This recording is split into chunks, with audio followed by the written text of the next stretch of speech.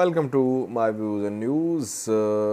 We are back with another video. Firstly, Tigray President Debretsion Gebremichael a few minutes ago confirmed another airstrike on Tigray on Friday.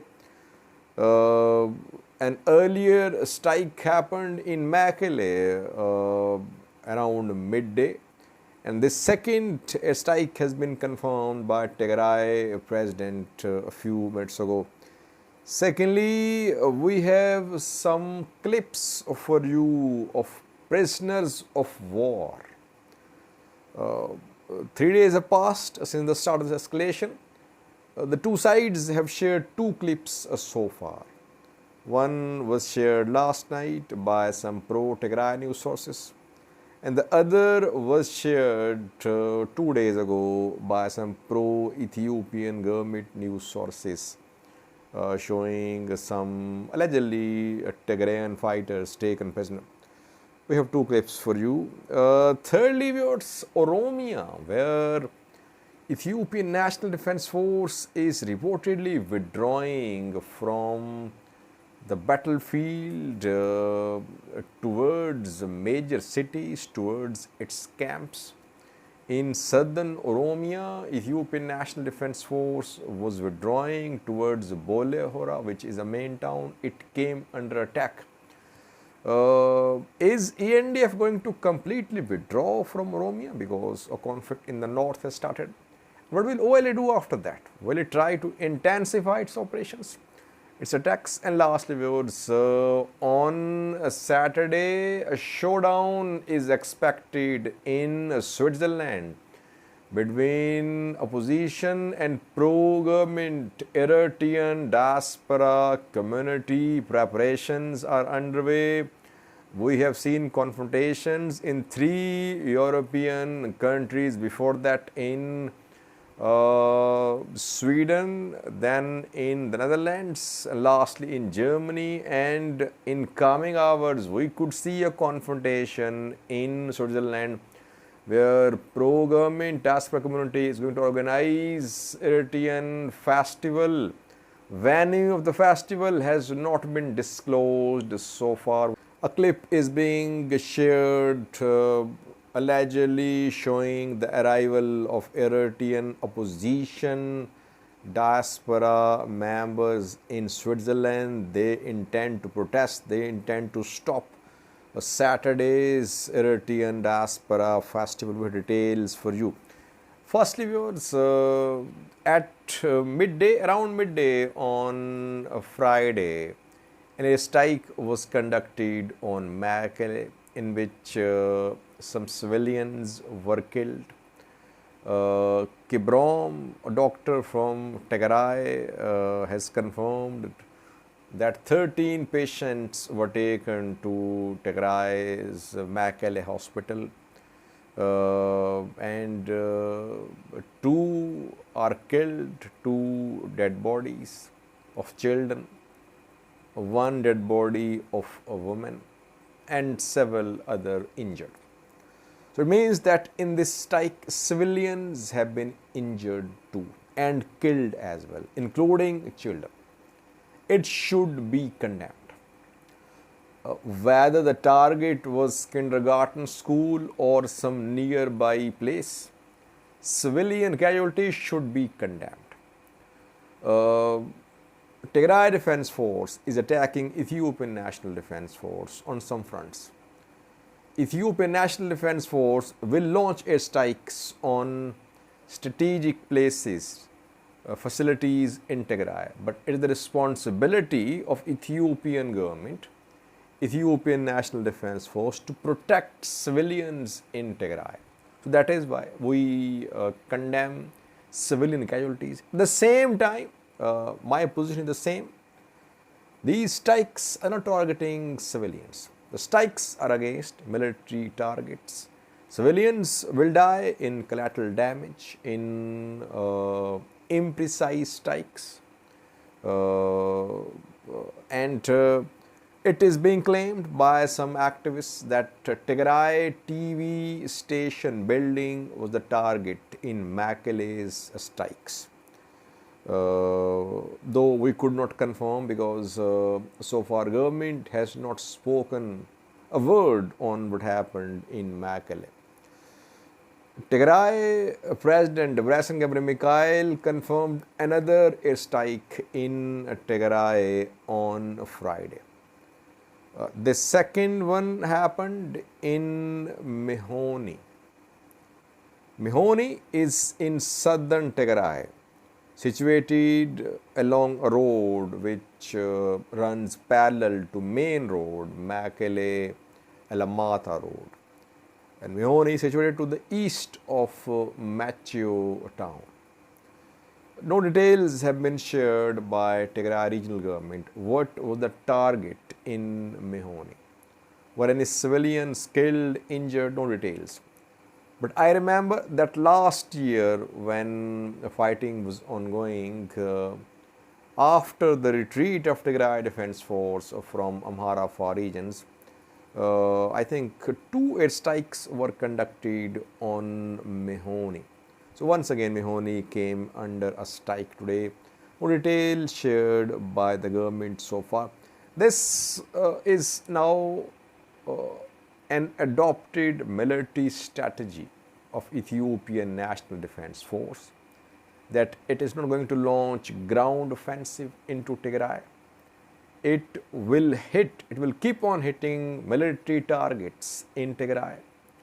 Civilians could be killed as well, because you cannot have all military targets. You cannot build military installations away from urban areas.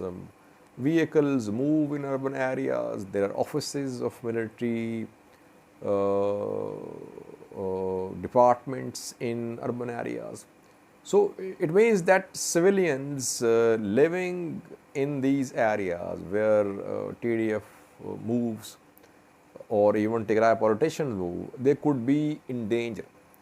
And I think Tigray government officials, government buildings could be targeted as well.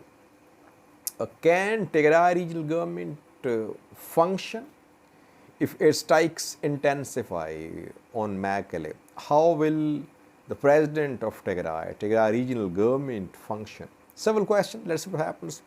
But now it's an announced position of Ethiopian federal government that it will intensify air campaign against Tigray. Secondly, viewers, 3 days have passed since the start of this new escalation between Tigray forces, regional forces, and Ethiopian federal forces. 2 videos have been shared so far by news sources, pro-Tigray and pro-Ethiopian government. One was shared 2 days ago when the fighting started by some pro-Ethiopian government news sources, allegedly showing some Tigray fighters taken prisoner. 2 girls can be seen very scared in the video, and they say that they were forcibly recruited by Tigray forces, and they are from Hagar Islam and Aksum, and that TDF is facing shortage of manpower. That is why conscription is underway in Tigray. Second clip was shared by some pro-Tigray news sources last night. This clip shows Ethiopian government soldiers who have been taken prisoner, and they're in the custody of Tigray forces. And they say that they are recruited and then they are sent to front lines. So they have to fight because they have no option but to fight. So when were these prisoners taken prisoner? When were they captured? It's not clear. Watch the 2 videos. First one shows allegedly Tigray fighters taken prisoner, women, some girls can be seen. And second one shows Ethiopian government soldiers clad in military uniform. So they are not civilians, they are Ethiopian government soldiers. Tigray fighters who are shown as Tigray fighters girls, They could be civilians because they're not in military uniform, though some armed individuals can be seen in the background wearing some civilian dress. Watch the two clips shared by pro-Tigray and pro-Ethiopian government news sources. የለም ኃይል የለም ጭፍራ ኃይል የለም ከጭፍራው ወጥቼ ነበር እኔ አዲስ ገብታ እውቀት ያለና ችሎታ ያለ ይመራል ችሎታ ያለ ይመራል ይሄ የነበር ነው ከዚህ በላይ Thirdly, viewers, Ethiopian National Defense Force seems to be withdrawing from its battlefield positions towards camps in southern Oromia because today on Friday, Oromo Liberation Army carried out an attack on southern front and it captured 4 pickups of Ethiopian government forces in Sodomboro. Sodomboro is in southern Oromia. I think it's in Guji zone. You can see a picture on your screen. These are pickups of Ethiopian government forces. They have been taken by Oromo Liberation Army fighters, and according to some OLA backed news sources, ENDF is now withdrawing towards major cities of Oromia, like in southern Oromia. ENDF is withdrawing towards Bolehora. Bolehora is in Guji on main road which links Oromia region with Addis Ababa. And here reportedly some ENDF mobilization has been seen. From other parts of southern Oromia, ENDF troops are heading back to Bolehora, and these withdrawing ENDF convoys are coming under attacks by Oromo Liberation Army. Friday's attack on ENDF convoy was in Sodomboro, and this ENDF convoy was reportedly withdrawing from some battlefield position towards Bolehora. If ENDF established 3 command posts in Oromia before the start of operation against OLA 2 months ago, one was in Guji, second one was in Shua, third one was in Valaga. How much of ENDF strength, personnel strength will withdraw from Oromia, that remains to be seen. And what will OLA do? ENDF is definitely now it will have to deploy its troops to northern Ethiopia to fight advancing Tigray Defense Force. What will OLA do after the withdrawal, partial withdrawal of Ethiopian National Defense Force? Will it announce some truce? Will it intensify its attacks, or will it just silently try to repair the losses which it suffered recently after 2 new operations conducted against OLA in recent months by Ethiopian government forces? That remains to be seen. But today's attack in southern Oromia indicates that OLA might step up its attacks against Ethiopian government forces in coming days. Lastly, viewers, on Saturday, a showdown is expected between Eritrean opposition and pro-government diaspora community members. 4th showdown in Europe in around a month. So we know that Eritrean pro-government and opposition groups confronted each other in Sweden, and opposition groups they tried to stop the organizing of a festival there, and organizers had to change the venue at the last minute in last hours before the festival was held in Stockholm, Sweden.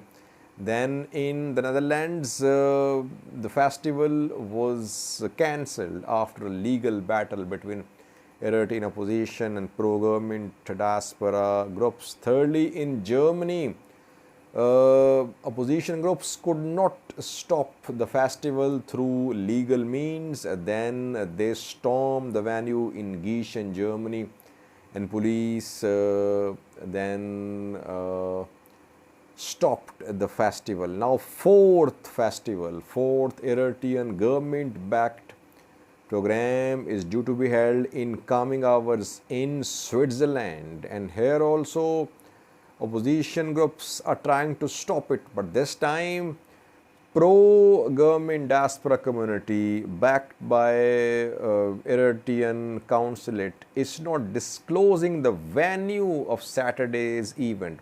Where will it be held? No one knows. Opposition groups are making preparations. They have signed some petitions. They are submitting petitions to local authorities. Local authorities say that no one has requested a permission for any program. So that is why no one knows where Saturday's Eritrean Diaspora Festival will be held. It means that Eritrean opposition groups have united, and pro-Eritrean government diaspora community is under pressure. It knows that its festival can be disrupted. That is why it is keeping the venue, location secret. But opposition groups are trying to hunt down, they are trying to locate the venue, and they have arrived in Switzerland from other countries of Europe as well. So that is why a confrontation could happen, though they say that they want to just protest there. But we could see confrontation like we saw in Germany. Opposition groups have decided to stop Eritrean festivals held across the world, especially in Europe, North America, throughout the year. And Eritrean government is taking this issue very seriously, because these diaspora festivals are a source of funding for Eritrean government, and Eritrean diplomats, they share Eritrean government's position about political issues, regional issues with diaspora community through these festivals. So that is why these festivals matter a lot for Eritrean government. Let's see what will happen on Saturday in Switzerland. Will the program, the cultural program or the festival be held or not? We'll update you on Saturday in coming hours.